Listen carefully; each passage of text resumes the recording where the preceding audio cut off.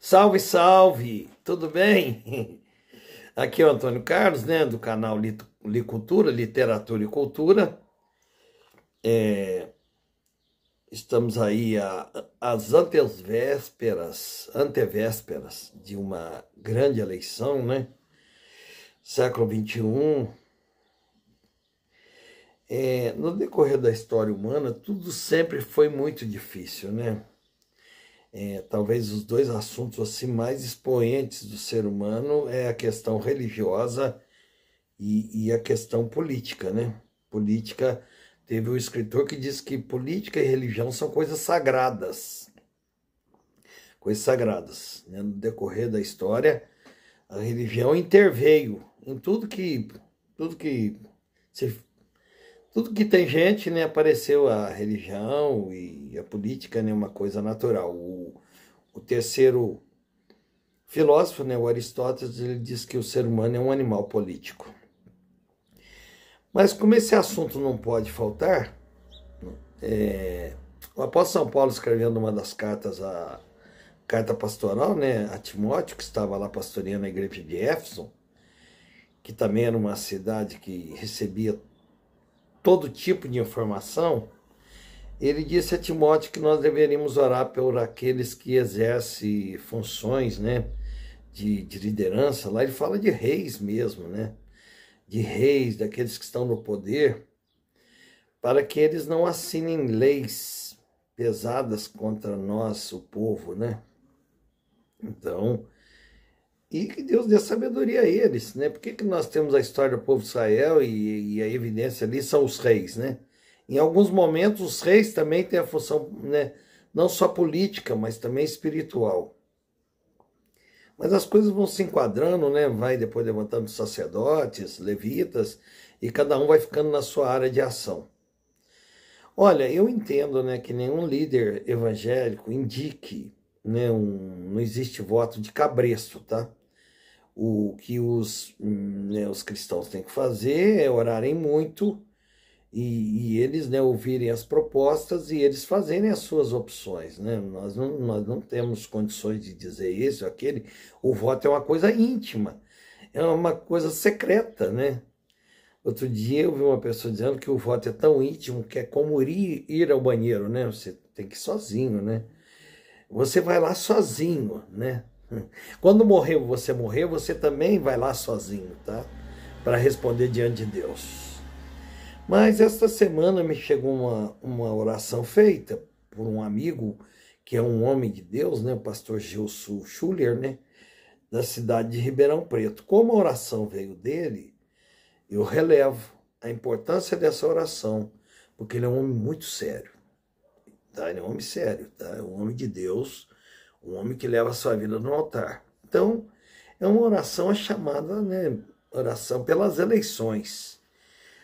Talvez nós estejamos colhendo frutos, gente. Paulo dizendo a Timóteo que no final dos tempos os homens seriam amantes de si mesmos, ingratos, sem afeição, né? E é esse perfil do homem que nós temos hoje, né? O comportamento do homem é apenas um reflexo daquilo que ele vive, do que ele é, da sua época. E esse é o homem que nós temos aí para o momento, tá? Eu não estou aqui para falar de A, de B, de C e de D, não, tá? Eu estou aqui para orar com vocês. Vamos orar por essas eleições. Então vamos lá. Amado Deus, poderoso Rei, estamos diante de Ti para mais uma vez implorar pelo Teu auxílio nessas eleições. Sabemos que não é uma guerra apenas nas urnas, mas no reino espiritual. Manda, Senhor, teus anjos guerreiros para lutarem por nós nas regiões celestiais. Não permita que Satanás vença essa guerra. E tenha misericórdia do teu povo que sofre e clama por socorro. Senhor, acampa teus anjos, guardiões, ao redor das urnas eletrônicas para que não haja nenhuma fraude. Sara, meu Pai, essa nação que te clama. Dá-nos uma chance de mudança e transforma junto com este país o coração do povo brasileiro. Ó Deus, não permita que os valores das famílias e o amor a Ti sejam destruídos por pessoas que escarnecem o Teu nome. Pai querido, eu entrego o Brasil em Tuas mãos e o cubro com o sangue de Jesus Cristo, Teu Filho amado, crendo que farás a Tua boa, perfeita e agradável vontade, em nome do Teu Filho amado, Senhor Jesus Cristo. Amém. Boas eleições, muita calma, cuidado com as roupas que se vestem, cuidado com o seu comportamento, né? Cuidado, né? Não sejamos valentes, não sejamos aí ousados, afoitos, né? Muito cuidado, cuidado. A nossa vida vale muito, numa época que a vida humana se trata como valendo tão pouco. Não deixemos nunca de orar. Tá? Jesus mandou que orássemos e vigiássemos. O apóstolo São Paulo, à igreja de Tessalônica, né, diz que aquele povo deveria orar sem cessar. Né? Um homem de Deus, uma mulher que teme a Deus, nunca deveria ficar sem orar. A oração é como uma respiração. Quanto tempo você consegue ficar sem respirar? A gente deve orar quando nos levantarmos. Tem alguns que fazem da sua cama um altar. Antes de descer da sua cama, oram. Né? Antes de falar com qualquer ser humano, fala-se com Deus primeiro. Devemos orar nas refeições.